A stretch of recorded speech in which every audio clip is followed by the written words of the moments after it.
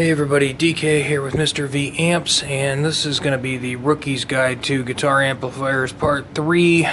It's going to be a brief discussion of speakers. I'm going to keep it brief and not super technical, but if you ever wonder why your amp sucks or why one amp sucks more than other, the most common improvement you can do to any amplifier is to improve the speaker. The speaker itself is going to determine a ton about your tone, whether the amp is bright or dark or loud or not so loud. Believe it or not, you can make your amplifier louder just by changing the speaker. Seriously.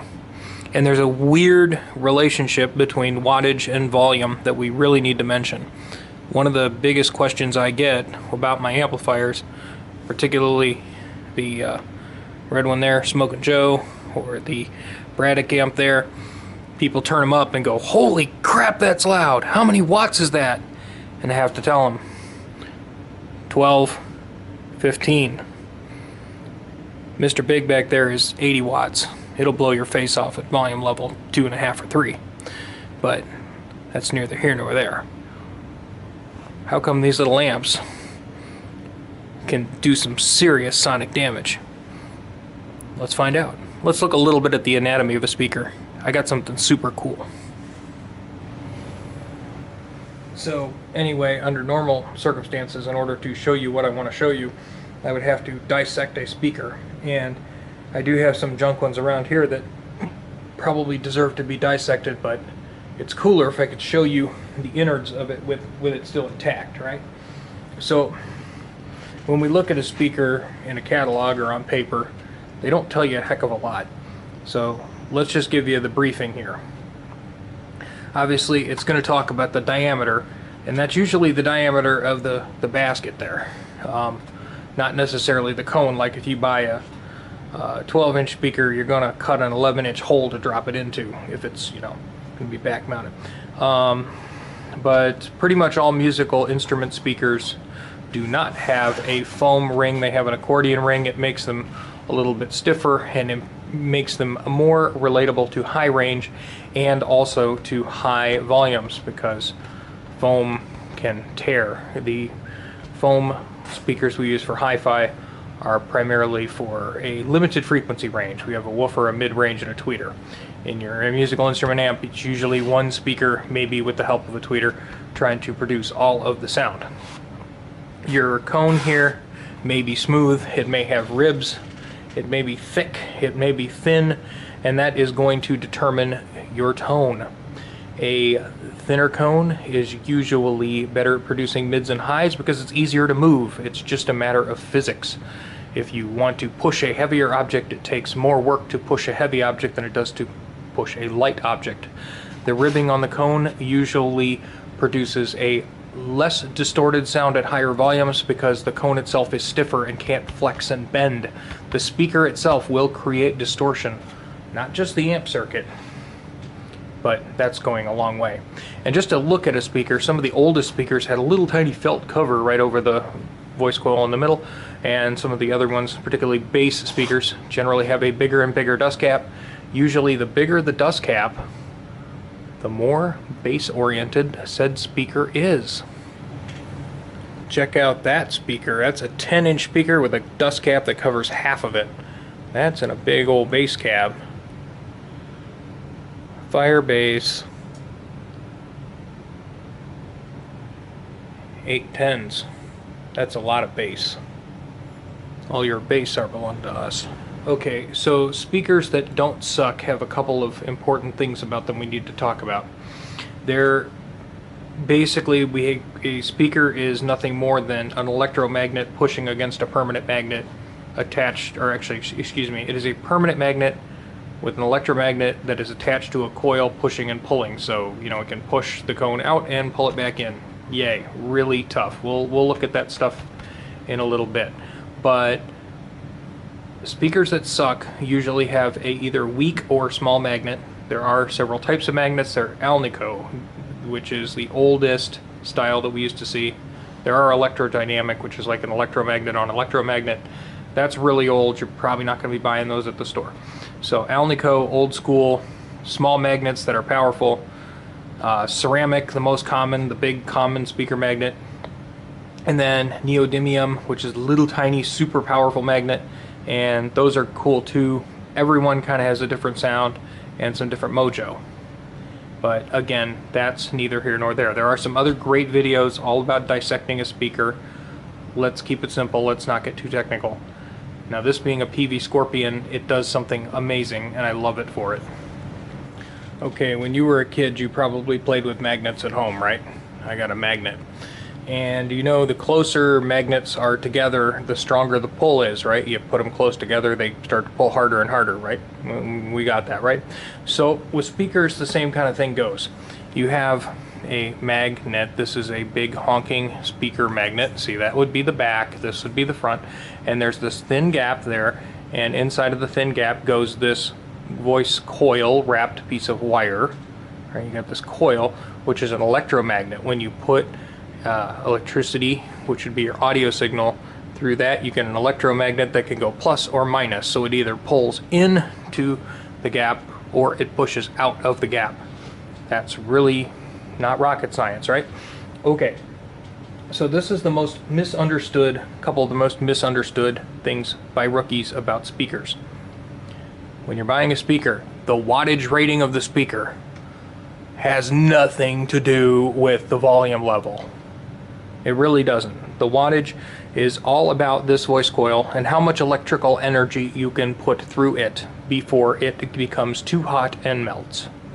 That's it. Okay? This is one of the newer style, probably what they would call a Kapton former. It's made of plastic. Some earlier speakers used paper or cardboard. Actually, some vintage reproduction speakers use paper or cardboard.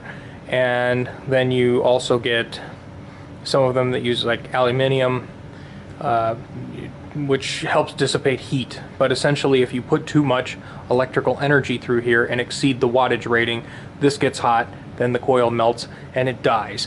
It has nothing to do with the volume level of the speaker. Whoa. Okay, so having a big, powerful magnet does have some effect on your volume. The entire point of a speaker is for this electromagnet to maintain full control of that cone, pushing it in and out. If it loses control because it pushes really hard and it doesn't have enough on the pull stroke, if it can't pull hard enough against this magnet, then you get sort of a weird distortions created by your speaker. We cool with that? And like magic, my speaker shrunk. Now, this is actually an old CTS driver. It's got all the same pieces parts. Its magnet is square. Does anybody care that its magnet is square? No, because the shape of the magnet doesn't really have any effect on what we're going to talk about. The size of the magnet might. It's more about the strength of the magnet. When you look at any speaker for a guitar amp, a replacement, first of all, there's about two things you really have to care about. Number one, will it fit in my cabinet? So if I'm replacing a 12-inch speaker, I should probably replace it with a 12-inch speaker because that's what's going to fit in my cabinet, unless I'm going to modify my cabinet. The second one is, based on what your amplifier is requesting, match the ohms. If you take out an 8 ohm speaker, put an 8 ohm speaker back in. If you take out a 16 ohm speaker, put a 16 ohm speaker in.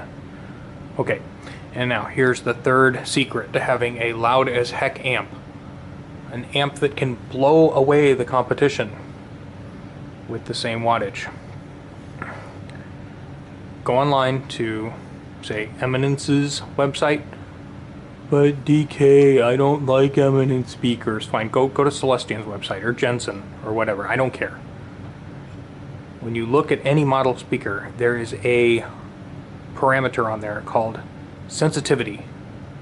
Sensitivity. They measure sensitivity by putting 1 watt of power at 1 kilohertz signal. So they put 1,000 hertz through the speaker, 1 watt of power, and check to see how loud it is at 1 meter away. There are some speakers manufactured by companies such as Eminence Weber, I don't think, publishes theirs, but their speakers are loud as heck. There are guitar speakers that can produce a 1K hertz tone with only 1 watt of power, will produce 101 decibels with 1 watt. It can hurt you seriously. Okay? So, if your guitar amp isn't loud enough, especially if it's old, I'm sorry guys with old speakers, but older speakers don't have the efficiency, they don't have the big magnets, and if they were using earlier machine manufacturers, the guys that hand manufactured did a great job because they were very, very careful. Earlier machine manufacturing, the magnet sits a little bit, they had to widen the gap on the magnet so the electromagnet isn't quite as close to the magnet internally as it needs to be, and you lose that sensitivity, so you end up with an 80 watt amp that isn't as loud as a smaller amp. It's absolutely crazy. So when you're picking speakers, if you wanted to mismatch, if you want to use 2 different types of speakers in the same cabinet and have them about equal volume, or look, you can mix match brands, I don't care. Look at that SPL rating, the sensitivity SPL rating. Find 2 speakers that are about equal volume, and you'll be amazed. If your amp isn't loud enough, or here's two tweaks, okay? You want your amp to be louder at clean volumes, increase your sensitivity. Get one that's 98, 99, 100, 101 dB. Okay? You wish your amp would break up more and sound a little more distorted and crunchy before it blows your face off, then go with a less efficient speaker. Go with something with, 89, 90 dB. It'll help knock the volume level down before you hit distortion. Cool? Neat trick, huh? Okay, so here's the next thing that a lot of rookies screw up on with tube amps because they're not used to tube amps, especially you guys that come from the car audio stuff. Car audio amps, home stereo amps, they're solid state and they're transformer-less output. There's no output transformer, okay? So when you see those, you'll look at them and they'll say compatible with 4 ohm or 16 ohm, or 4 to 16 ohm load, something like that, anywhere between 16 and 4. And if you look at the spec sheet, the power is different, especially you car guys. Oh my word. The car guys, the amplifier will be 500 watts into 8 ohms and 700 watts into 4 ohms and 1,000 watts into 2 ohms. So everybody goes to get that 2 ohm speaker load so they can get the maximum power out of their amp. That is not applicable to tube amps. Cross it off. It's not for tube amps, not for tube amps, not for tube amps. Okay, so our tube amp here is 5 watts because it's just a single 6BQ5. But it has a transformer. This is important. The transformer has a tap for 4 ohms, so I can use a 4 ohm speaker. It has a tap for 8 ohms, so I can use an 8 ohm speaker. And it has a 16 ohm tap, so I can use a 16 ohm speaker. So which one of these 3 outputs is going to give me that maximum 5 watts so I get the maximum volume and the most performance out of my amplifier? Cue game show music. Any of them, it doesn't matter. Every one of these will give me 5 watts because tube amps have transformers. To my knowledge, there is not a transformerless guitar tube amp on the market, period, paragraph. You will get the same power regardless of whether you use a 16 ohm speaker, 8 ohm speaker, or 4 ohm speaker, but for the love of Pete, please plug it into the appropriate jack. Because if the amplifier is not loaded correctly, some bad things can happen to your transformer, your tubes, and your amp in general. Let's talk about how to avoid blowing anything up. Okay, so let's just say you're fixing a junk amp, right? It's a junk amp, nobody cares. How does one determine the impedance of a mystery speaker? Right? So this is a mystery speaker. Kind of. Doesn't say anywhere on here what the ohms are, does it? Nope. Doesn't say anywhere what the ohms are. I mean, how are you going to know what the impedance of that voice coil is so you can properly load your amp? Well, this is where your friendly neighborhood voltmeter will help you. Okay? So, impedance and resistance are two different related things. Okay? So resistance is essentially the resistance to DC, where the impedance is the overall resistance to DC and AC. Coils of wire have a property called inductance, where they will resist AC even more. So the actual impedance of the speaker coil will be greater than the DC resistance. So we know they ship speakers for guitar amps in what ohmages is? You should know this. 4, 8, and 16, right? Pretty much. 4, 8, and 16. So let's put my voltmeter on ohms and let's measure across the terminals of my speaker and see what I got. I got 15.345. You might get 14. You might get 13, something like that. But remember, we said that DC resistance is always a little lower than the actual impedance. So if I measured 15.5, that would make this a 16 ohm speaker. Okay. Well, that's just great. So if I wanted to use this speaker with that amp, I would, with that amp I just showed you, I would plug it in the 16 ohm tap. Cool, right? What about if you have multiple speakers in your amp? How do you determine the appropriate impedance? Well, normally we use things that have, 1 to 4 speakers, and there is a mathematical equation to figure that out. But I hate math, so let's just do the simple arithmetic version. There are fancy calculators online that you can punch in all your values and it'll tell you all kinds of great things, but most of it you don't need to know.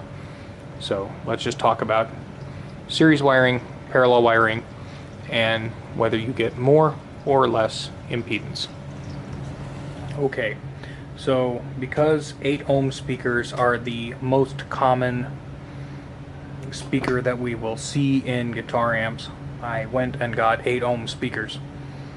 Old crappy 8 ohm speakers, but they work nonetheless. When we build amps here, these are the sacrificial speakers that may or may not blow up, and I really don't care.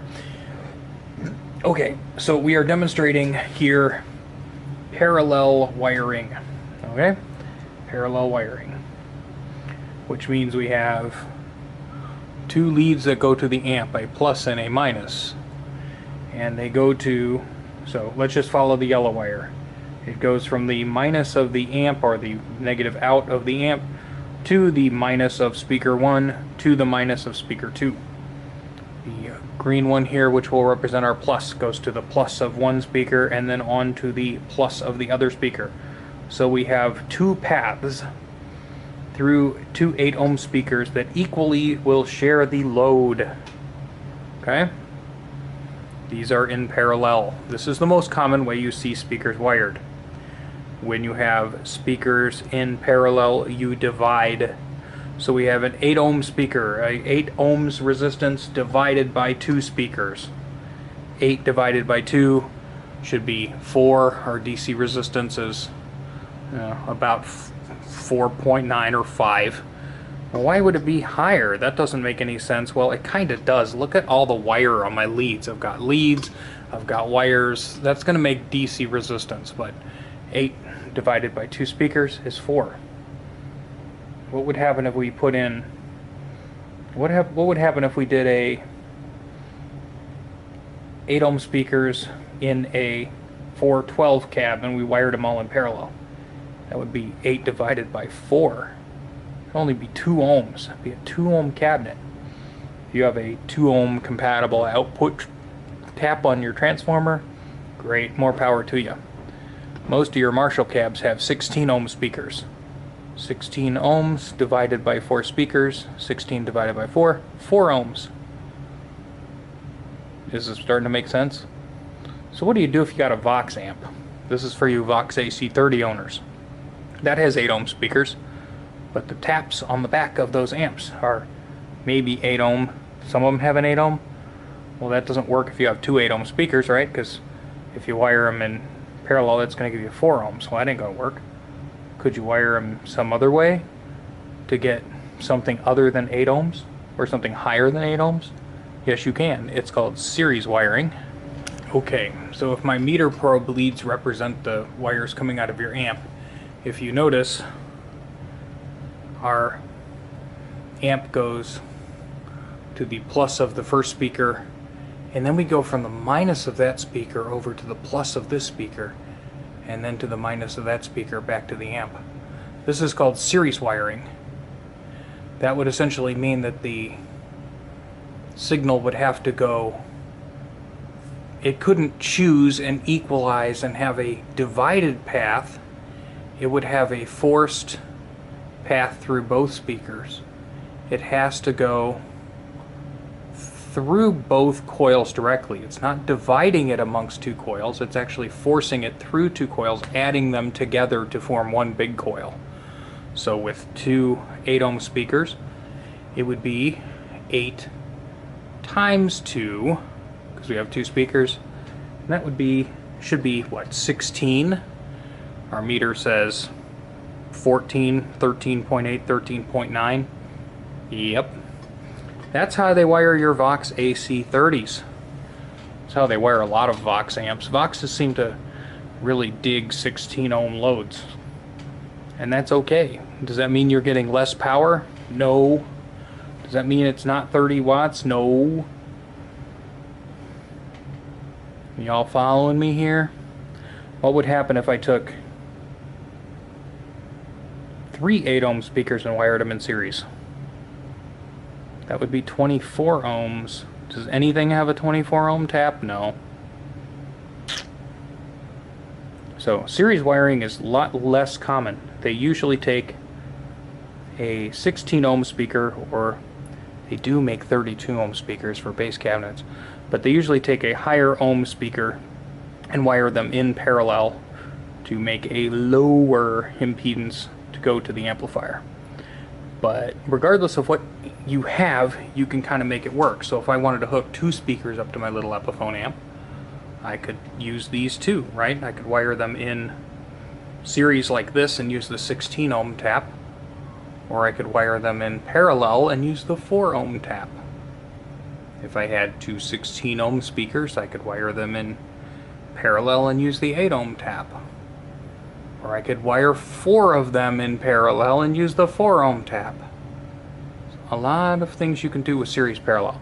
So the easiest way you think about it, if you wire series, you multiply times the number of speakers. So in this case, 8 ohm speakers, 8 ohms times 2 speakers to get 16.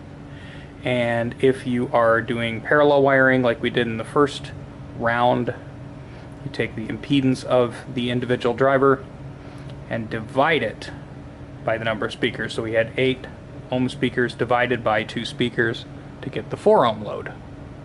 Okay? It really isn't rocket surgery. There are fancy calculators online. You can look it up. You can look up diagrams for series and parallel speaker wiring, and even series parallel speaker wiring, which if you have to achieve an unusual load with a lot of speakers, it's perfectly okay. But just follow your diagrams and all will be cool.